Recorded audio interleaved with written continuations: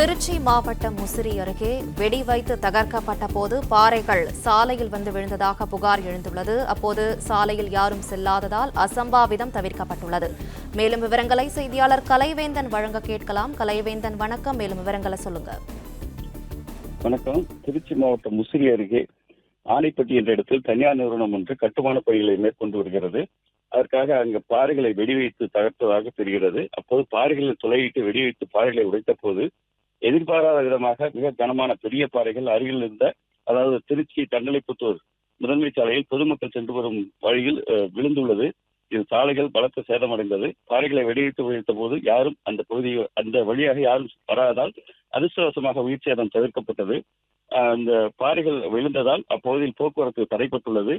இதைத் தொடர்ந்து ஜேசிபி மூலம் சாலையில் உள்ள பாறைகளை அப்புறப்படுத்திய பிறகு பொதுமக்கள் இருசக்கர வாகனங்களில் வெளியே அனுமதிக்கப்பட்டனர். மேலும் தார் சாலை சேதமடைந்ததால் நெடுஞ்சாலைத்துறை உரிய நடவடிக்கை மேற்கொள்ள வேண்டும் எனவும் பொதுமக்கள் கோரிக்கை விடுத்துள்ளனர். இந்த சாலையோரத்தில் இருந்த மின்கம்பங்களும் லேசான சேதமடைந்தது. இச்சம்பவம் அப்பகுதியில் பெரும் பரபரப்பை ஏற்படுத்தியுள்ளது. இது குறித்து முசிறி போலீசார் மற்றும் வருவாய்த்துறையினர் விசாரணை மேற்கொண்டு வருகின்றனர்.